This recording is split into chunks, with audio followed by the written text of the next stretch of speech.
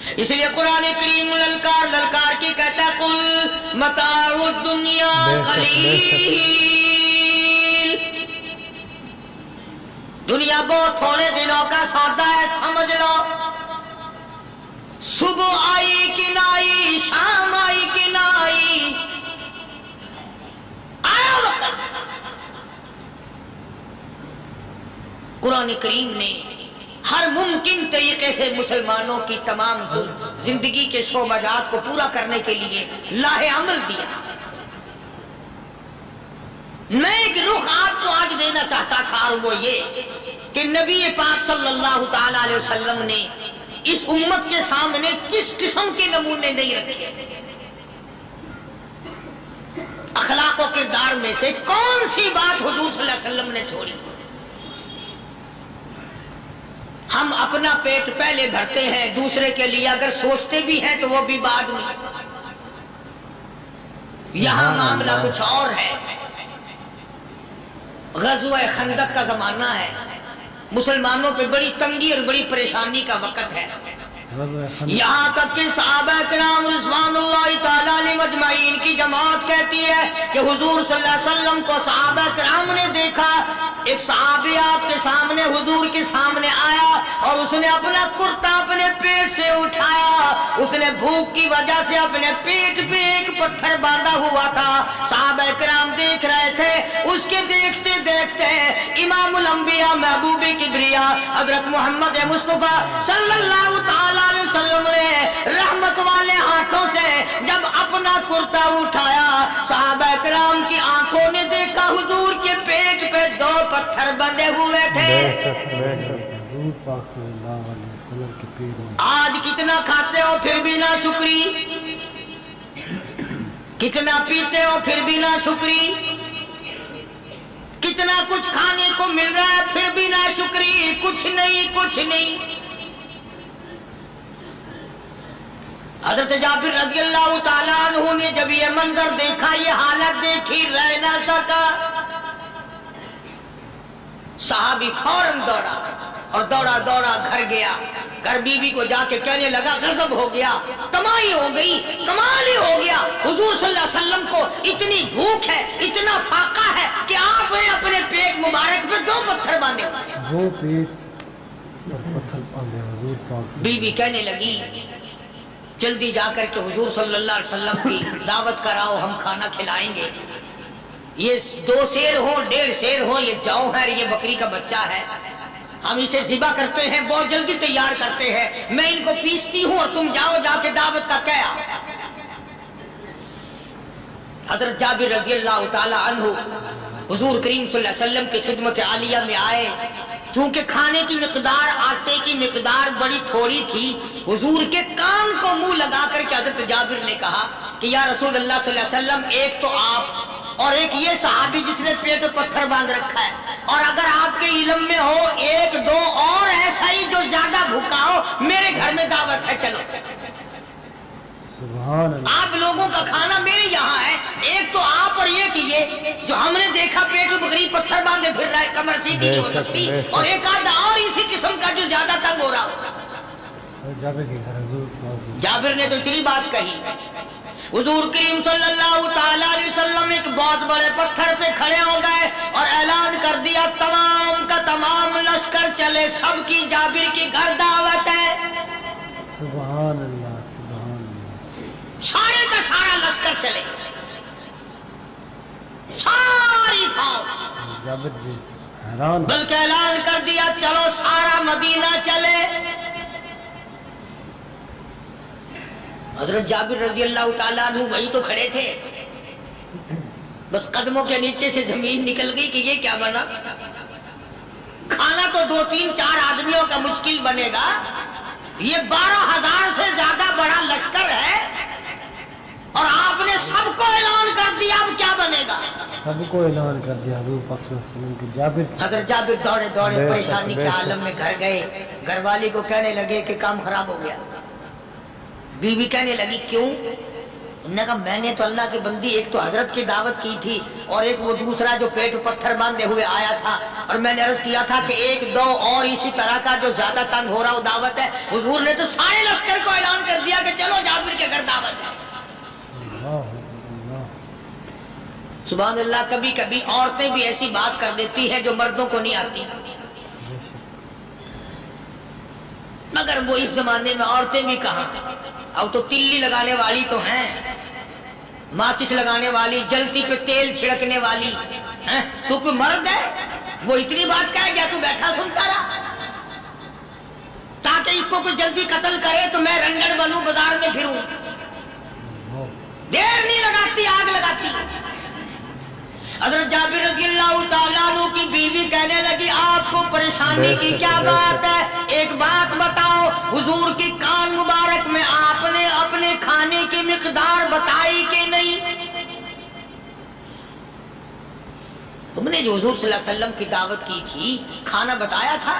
ہاں میں نے تو بتا دیا تھا کہ تھوڑے سے جو ہیں اور ایک بکری کا بچہ میں نے بتا دیا تھا۔ پھر کہنے لگی آپ پریشان کیوں ہوں اور میں پریشان کیوں ہوں، لانے والا جانے کھلانے والا جانے۔ سبحان اللہ، لانے والا جانے کھلانے والا جانے۔ حضور ہمیں پریشانی کی کیا بات ہے اس میں؟ بس دعوت ہم نے تو حضور کی دعوت کی اور حضور نے سارے لشکر کی ہم نے تو نہیں کی نا۔ اب حضور صلی اللہ تعالیٰ علیہ وسلم نے دعوت فرمائی ہے اور وہ خود ہی جانے اور ان کا خدا جانے۔ آپ تشریف لے آئے، کھانے کی مقدار کا تو پتا تھا، آپ نے فرمایا کہ وہ ہنڈیا جو ہے اس کو کھولنا مت، اور وہ جو آٹا ہے جب تک میں نہ آؤں پکانا شروع مت کیجو۔ آپ نے اپنا لعاب مبارک آٹے میں بھی ملا دیا اور ہنڈیا میں بھی ڈال دیا، اس کے بعد پکانا اور کھلانا شروع کیا گیا۔ علماء کرام نے لکھا ہے 12,000 کا لشکر بھی کھا گیا، کھانا جتنا تھا اتنا ہی باقی۔ سبحان اللہ، سارے کا سارا لشکر کھا گیا، سارا مدینہ کھا گیا۔ اب یہاں سے یہ ہمارے زمانے کے جو مردوں کے کفن اتارنے والے لوگ ہیں وہ ختم کا ثبوت نکالتے ہیں یہاں سے کہ حضور صلی اللہ علیہ وسلم نے ختم دیا تو 12,000 آدمیوں نے کھا لیا۔ چلو ہم بھی مانتے ہیں آج یہ ختم دے کر ایک کا کھانا دو کو تو کھلا کے دکھائے۔ ارے وہ تو معجزہ ہے محمد عربی صلی اللہ تعالی علیہ وسلم کا، اور وہ تو آپ کے لعاب مبارک کی برکت ہے، آپ کی دعا کی برکت ہے۔ بے شک حضور پاک صلی اللہ علیہ وسلم کی یہ تمہیں کس نے بتایا کہ حضور صلی اللہ علیہ وسلم نے جابر کے کھانے پہ بیٹھ کر ختم پڑا تھا؟ حضور پاک صلی اللہ علیہ وسلم کا یہ تو معجزہ ہے محمد عربی صلی اللہ تعالی علیہ وسلم کا، اور اللہ پاک نے نبی کے ہاتھ پر ہزاروں نہیں لاکھوں معجزات کا اظہار فرمایا۔ بے شک معجزہ ہے حضور پاک صلی اللہ علیہ وسلم۔ تو یہاں سے غلط چیزوں کا اجرا کرنا، آگے آپ لوگوں نے سنے ہو، اور پھر وہ ختم ہو گئے، پھر حضور تشریف لائے اور انہوں نے ان دونوں بچوں کو بتوں کو چھپا کے رکھ دیا۔ جب بچوں کو لایا گیا تو مردے تھے، حضور نے بچوں کو فرمایا تم زندہ ہو جاؤ، وہ کہنے لگے جب تک ہماری بکری کا بچہ زندہ نہ ہو ہم زندہ نہیں ہوتے۔ وہ ہڈیاں جوڑی، حضور نے بکری زندہ کری جب وہ بچے کھڑے ہوئے۔ قرآن پھانسی دیتا ہے، افسانہ بنا کر پیش کرو نا وہ بڑا جلدی مانتے ہیں۔ امام الانبیاء محبوب کبریاء حضرت محمد مصطفیٰ صلی اللہ تعالی علیہ وسلم کا قرآن کریم نے اسی جنگ میں، اسی جہاد میں ایک واقعہ پیش فرما دیا۔ اس واقعے سے پہلے پتہ کیا ہوا؟ حضرات صحابہ کرام رضوان اللہ تعالی علیہ مجمعین کے ہاتھوں سرکار دو عالم صلی اللہ علیہ وسلم بھی ساتھ تھے، کافروں کا ایک بہت بڑا بہادر پہلوان مارا گیا۔ یہ جو غزوہ خندق ہے جس کو غزوہ احزاب کہتے ہیں، قرآن میں ذکر ہے اس کا، ویسے کوئی بات بنا کے نہیں کہہ رہا ہوں، یعنی یوں سمجھو اب میں سورت احزاب کے تیسرے رکوع کا آخری آیتوں کا ترجمہ کر رہا ہوں۔ اور یہ اتنا مشکل وقت پڑا تھا صحابہ پہ، ایک تو گرمی سخت تھی، اور چاروں طرف سے جن یہودیوں نے عہد و پیمان کر رکھا تھا حضور صلی اللہ علیہ وسلم سے، انہوں نے بدعہدی کر دی، وہ سارے کے سارے صحابہ پہ یکدم ٹوٹ پڑے، صحابہ بیچ میں آ گئے میدان میں، نہ پانی نہ کھانا نہ روٹی نہ جوتی نہ کپڑا نہ اسلحہ نہ لینا نہ دینا، بلکہ یوں لکھا علماء نے کئی کئی دن ہو گئے پانی کی بوند نہ ملی، اور صحابہ گھاس کھا کھا کر کے گر گئے اور شہید پہ شہید ہو گئے۔ بے شک لیکن قربان جاؤں، یہ قرآن اللہ کا تمہارے سامنے آج بھی موجود ہے، اسے پڑھ کے دیکھو، کبھی کسی صحابی نے ایسے وقت میں بھی یہ بات نہ کہی نبی صلی اللہ علیہ وسلم کو، یوں بھی تو نہیں کہا کہ اللہ کے نبی پہلے کچھ تیاری تو کیا کرو، یوں ہی خام خواہ کے مرا دیتے ہو بندے، پہلے موقع تو دیکھا کریں آپ ہو کیا رہا ہے، یوں ہی لوگ بھوکے پیاس سے مر گئے؟ نہیں، اتنی ثابت قدمی اور اتنا ایمان تھا، اتنا جذبہ تھا، حضور کی ذات پر اتنا یقین تھا صحابہ کو کہ آج اس دنیا میں جتنا یقین ایک صحابی کو تھا، اربوں کھربوں مسلمان مل کر بھی ایک صحابی کے برابر یقین پیدا نہیں کر سکے۔ سبحان اللہ سبحان اللہ، کیا بات ہے۔ تو جب حضور صلی اللہ علیہ وسلم کے دیوانوں اور پروانوں اور مستانوں کے ہاتھوں کافروں کا ایک بہادر پہلوان مارا گیا اور لاش تھی مسلمانوں کے پاس، تو وہ کافر کہنے لگے کہ تم ہمارے بہادر کی لاش دے دو، ہم تمہیں 10,000 روپیہ دیں گے۔ اب ان کے پاس تو روپے کی کمی نہیں تھی، اور یہ مسکین بھوکے اور فاقے سے اگر یہ یوں کہتے کہ نہیں بھی ہم تو 20,000 لیں گے تو وہ دے دیتے، ان کے پاس کمی نہیں تھی، اور انہیں ضرورت تھی، کپڑا لے لیتے، کھانا لے لیتے، پریشانی دور کر لیتے، جنگ کا سامان بنا لیتے۔ مگر مدنی کریم صلی اللہ تعالی علیہ وسلم کے سامنے جب یہ بات رکھی کہ 10,000 روپیہ ہم دیتے ہیں، ہمارے بہادر کی لاش دے دو، حضور نے فرما دیا جاؤ اپنے بہادر کی لاش مفت میں لے جاؤ، ہم مردوں کی قیمت کھانے والے نہیں، مردوں کی قیمت کھانے والے ہیں، سبحان اللہ، ہم مردوں کی قیمت کھانے والے نہیں۔ جب حضور صلی اللہ علیہ وسلم کی زبان مبارک سے یہ بات نکلی، اللہ کا دریائے کرم جوش میں آیا، فرمایا وَكَفَى اللَّهُ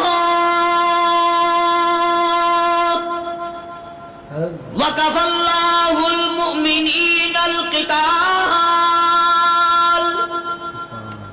فرمایا میرے نبی اب آپ اطمینان رکھے، کوئی ضرورت نہیں، اب میں تیرا خدا خود ان سے جنگ کروں گا، اب میں لڑوں گا ان سے۔ اور اس کے بعد اللہ تعالیٰ نے یہ برکت دی کہ ایک آدمی یا 2 آدمیوں کا کھانا اللہ تعالیٰ نے 12,000 کو کھلایا۔ سبحان اللہ، 2 آدمیوں کا کھانا۔ تو ان چیزوں سے معجزات کا ظہور ہوتا ہے، اور حضور کریم صلی اللہ تعالی وسلم کے تو اتنے معجزات اللہ پاک نے ہمارے نبی صلی اللہ علیہ وسلم کو دیے کہ ہم سب کی زندگی ختم ہو سکتی ہے مگر سرکار کے معجزات ختم نہیں ہو سکتی۔ بے شک سبحان اللہ، سرکار کی حضرت ابو ہریرہ رضی اللہ تعالیٰ عنہ فرماتے ہیں کہ میں مسجد نبوی کے دروازے پہ پڑا تھا، بھوک نے مجھے اٹھنے نہ دیا، مجھے اتنی بھوک لگی، کئی دن کا فاقہ ہو گیا، میں کھڑا نہیں ہو سکتا تھا۔ بے شک تو میں نے جناب صدیق اکبر رضی اللہ تعالیٰ عنہ سے مسئلہ پوچھنے کا بہانہ بنا کے بلایا کہ شاید یہی مجھے اپنے ساتھ لے چلے، تو وہ بھی مسئلے کا جواب دے کر چلے گئے۔ ابو ہریرہ کہتے ہیں میرا یقین ہوا کہ ان کے گھر میں کچھ نہیں۔ پھر میں نے فاروق اعظم رضی اللہ تعالیٰ عنہ کو مسئلہ یا قرآن کی آیت پوچھنے کے بہانے متوجہ کیا، وہ بھی وہ جو چیز میں نے پوچھی تھی بتا کے چلے گئے، غالباً ان کے یہاں بھی فاقہ ہوگا۔ ابو ہریرہ رضی اللہ تعالیٰ عنہ کہتے ہیں پھر آئے حضور صلی اللہ علیہ وسلم تشریف لائے، تو میں نے مسئلہ پوچھنے کے بہانے سے حضور کو اپنی طرف متوجہ کیا۔ ابو ہریرہ کہتے ہیں حضور مسکرائے اور میرا مطلب سمجھ گئے، میرا مطلب سمجھ گئے، اشارہ کیا میرے ساتھ ساتھ، میرے پیچھے پیچھے آ۔ ابو ہریرہ رضی اللہ تعالیٰ عنہ کہتے ہیں میں حضور صلی اللہ علیہ وسلم کے ساتھ چلا آیا، آپ اپنے دولت قضا پر تشریف لائے، اپنے گھر میں تشریف لائے، آپ نے گھر میں داخل ہو کر کے فرمایا کچھ کھانے کا پینے کا کوئی ہے گھر میں کوئی چیز؟ اللہ جواب ملا ہاں ایک دودھ کا پیالہ ہے، ہدیہ آیا کہیں سے، آپ کے لیے ہدیہ دیا کسی نے، دودھ کا پیالہ منگوا لیا۔ ابو ہریرہ کہتے ہیں میں بڑا خوش ہوا کہ لے میرا داؤ لگ گیا، کام بن گیا، مجھے ہی فرمائیں گے پی لے، رج کے پیوں گا۔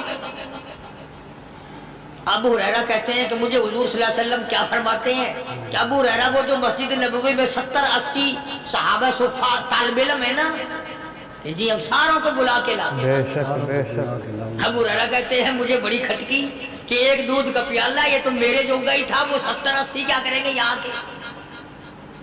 ابو ہریرہ کہتے ہیں جب میں اٹھ کے چلا تو مجھے پھر واپس بلایا، فرمایا ابو ہریرہ مدینے کی گلی میں آنے میں جانے میں جو بھی راستے میں ملے اسی کو کہہ دے کہ حضور کے گھر دعوت ہے۔ سبحان اللہ، جو بھی میرے مدینے۔ ابو ہریرہ کہتا ہے کہ میں اقرار بھی میں نے کرنا ہی تھا کہ جی ہاں کہوں گا، پر دل میں بھی سوچ رہا ہوں کہ ایسا ایک ہی پیالہ، پیالہ تو ایک ہی ہے۔ تم جیسا اگر کوئی وہاں ہوتا نا جو گلی میں ملتا اس کو کہتے آج کے دن ادھر کوئی نہ آوے۔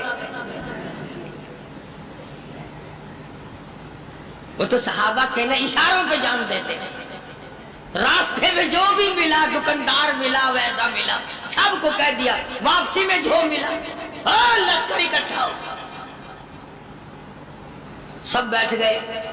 ابو ہریرہ رضی اللہ تعالیٰ عنہ کہتے ہیں اب میں نے دل میں ایک پروگرام بنایا، مجھے عادت شریفہ کا پتہ تھا کہ دائیں طرف سے شروع فرمایا کرتے تھے کوئی چیز تقسیم کرنا یا کھلانا یا پلانا، میں نے دل میں پروگرام بنایا کہ دائیں طرف شروع میں بیٹھ جاؤں گا، آگے بچے یا نہ بچے میں تو داؤ لگاؤں گا نا اپنا پہلے، سبحان اللہ، میرا نمبر تو لگ ہی جائے گا۔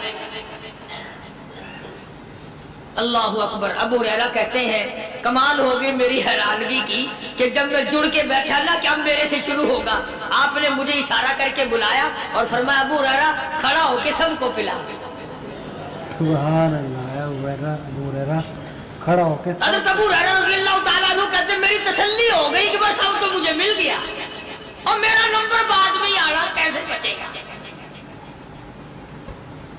اللہ غنی۔ ابو ہریرہ رضی اللہ تعالیٰ عنہ کہتے ہیں میں نے دائیں طرف سے شروع کیا، سینکڑوں سے زیادہ کتنے لوگ تھے جنہوں نے رج رج کے پیا، رج رج کے پیا، سیر ہو کے پیا، سارا لشکر پی کے چلا گیا۔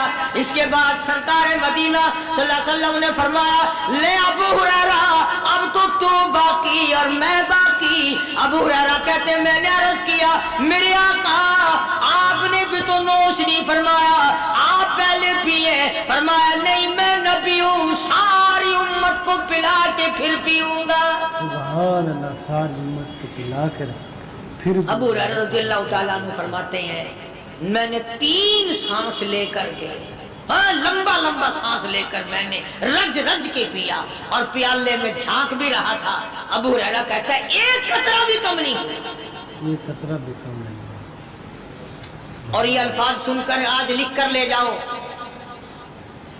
ابو ہریرہ کہتے ہیں کہ سب کو پلانے کے بعد پھر حضور صلی اللہ علیہ وسلم نے پیا، نوش فرمایا۔ یعنی آج اتنے لوگوں کا جھوٹا کون پیتا ہے؟ کسی افسر کو تو پلا کے دیکھنا، چلو افسر تو دنیا دار ہیں، کسی ماننے ہوئے پیر کو تو پہلے سارے مرید پی کر کسی پیر کو۔ پیارے دوستو السلام علیکم ورحمۃ اللہ وبرکاتہ۔ آج کا بیان آپ کو پسند آیا ہو تو ہمارے چینل کو سبسکرائب، ویڈیو کو لائک ضرور کر لے۔ نئی ویڈیو میں آپ کو پھر ملتے ہیں، جب تک کے لیے السلام علیکم، خدا حافظ۔